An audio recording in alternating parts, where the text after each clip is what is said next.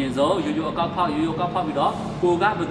သူနဲ့ရိုးရိုးအကောက်ဖောက်တာလဲအဲ့ဒီကိုဖောက်တဲ့လူကိုတော်တော်သိယူလေ့လာပေါ့နော်ကျွန်တော်နဲ့ရိုးရိုးအကောက်ဖောက်လို့ဆိုရင်ကျွန်တော်သင်ပြပြောပြပေးရမှာကျွန်တော်မှတောင်းရှိတယ်ပေါ့နော်โอเคနော်ဒီ software ထဲမှာနော်တရက်ကိုကော်မစီကဘယ်နှဆယ်ဘယ်နှရာရလဲဆိုတာကိုပြပေးမယ်နော်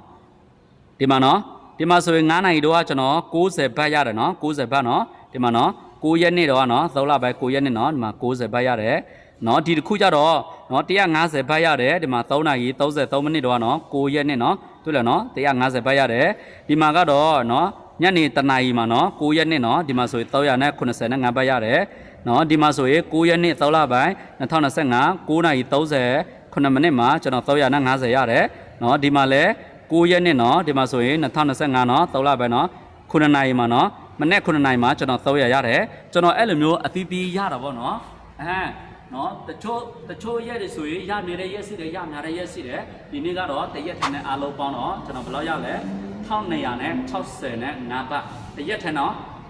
ဒါဆိုရင်ဘယ်လိုလုပ်ရတာလဲဒီလိုမျိုးပတ်စံရတာဆိုတာကိုနော်အရင်ဆုံးကိုရိုးရိုးအကောက်ဖောက်ပြီးတော့စီးပွားရေးအကောက်ကိုပြောင်းဒီလိုမျိုးဝင်ရချင်းနဲ့စူးစမ်းချင်းနဲ့တင်ယူချင်းနဲ့လေ့လာချင်းနဲ့ဆိုရင်နော်အရင်ဆုံးရိုးရိုးအကောက်ဖောက်ပြီးတော့